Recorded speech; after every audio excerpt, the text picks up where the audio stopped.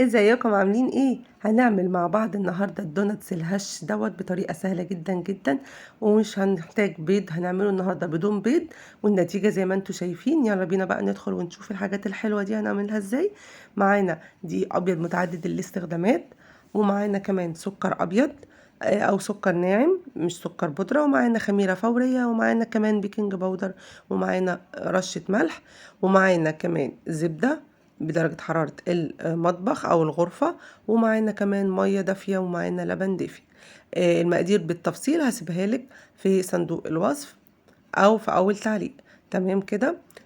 هنبدأ. أول حاجة طريقة العجن هتبقى مختلفة شوية عن الدوناتس اللي احنا قدمناه مع بعض في القناة.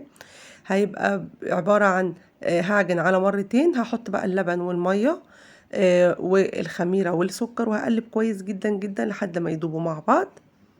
خلاص كده اختلطوا مع بعض.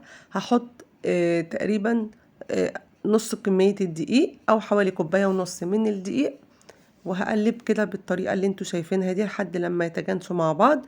وده القوام بتاعه. تمام كده بالظبط كده. خلاص هغطي بقى الخليط دوت كده لمدة 10 دقايق بالظبط.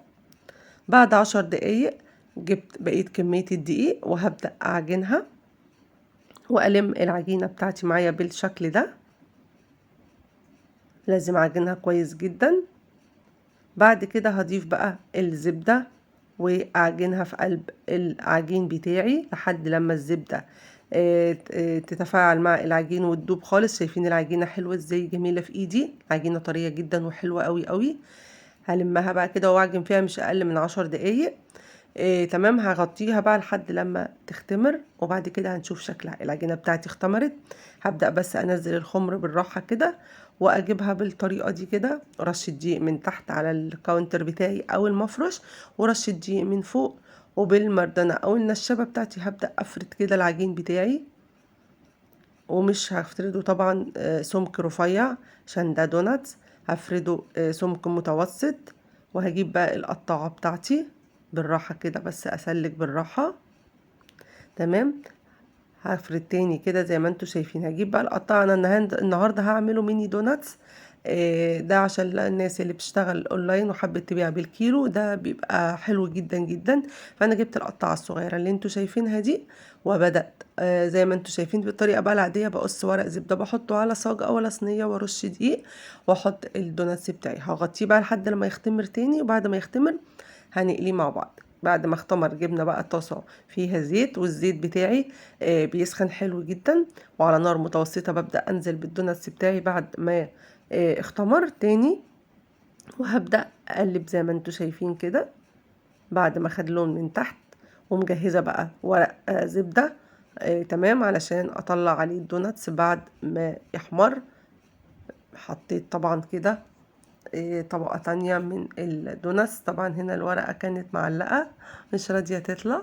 عادي مفيش اي مشكلة خالص، هتطلع.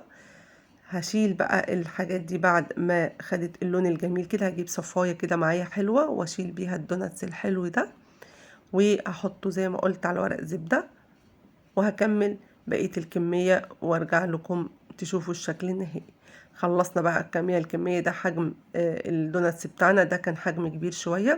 الحشوات بتاعتي هنا بقى مختلفة. معايا هنا حشوات. معايا هنا حشوة الكندر، صوص الكندر. شايفين تحفة بجد طبعا.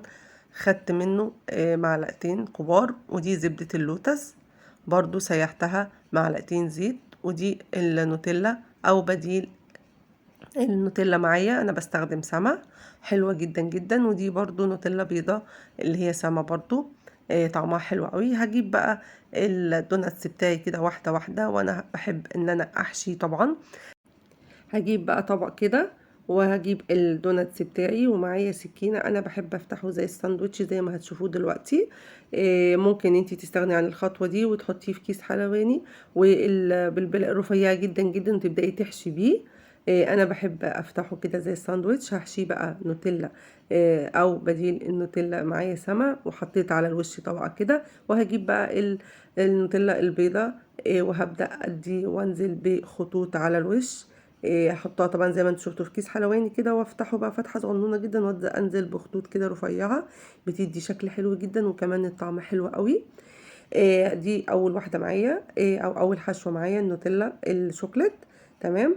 التوبنج التاني معايا هنعمل حشوه الكندر عايزه اقول لكم برضو من الحشوات الحلوه، شايفين بجد هشه قوي قوي. تقدري تعملي طبعا الوصفه دي وتحطيها في الوصفات بتاعتك اللي مفضله، وكمان هتبقى حلوه في اعياد الميلاد، بجد تتقدم كده مع الجاتو والتورته والحلويات، بتبقى حلوه قوي قوي.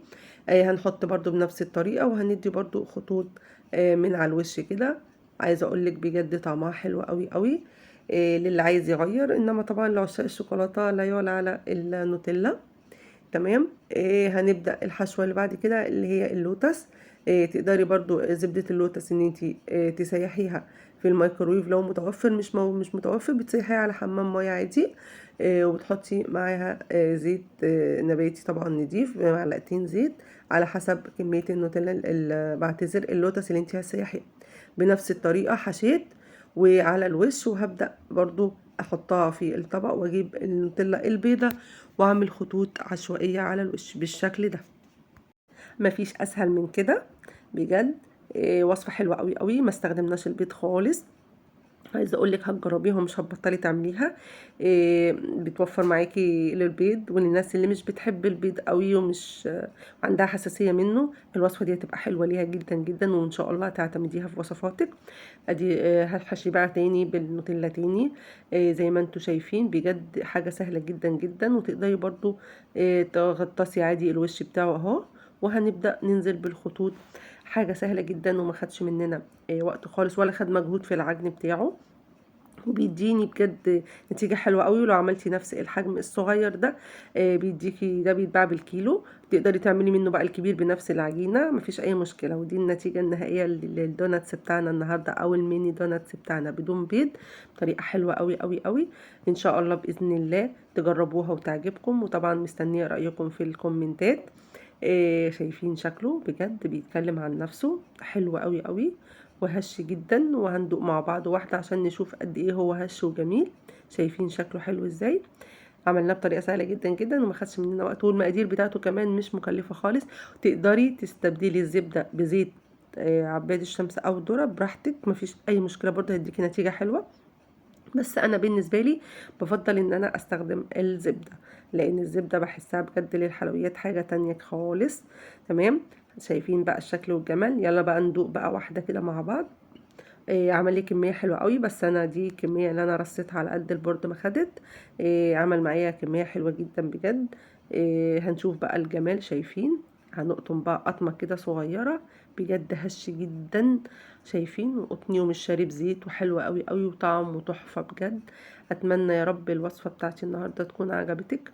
لو عجبك بقى الوصفه وعجبتك الفيديو، حسيتي ان انت استفدتي مني النهارده، يا ريت نعمل لايك وشير للفيديو. ولو في اي وصفه معينه تحبوا ان انا اعملها لكم، يا ريت تبعتولي في الكومنتات، وان شاء الله في وصفات جايه كتير بدون بيض باذن الله نعملها مع بعض، وكمان وصفات صحيه. اللي عايز اي وصفه معينه يكتب لي في الكومنتات. والسلام عليكم ورحمه الله وبركاته.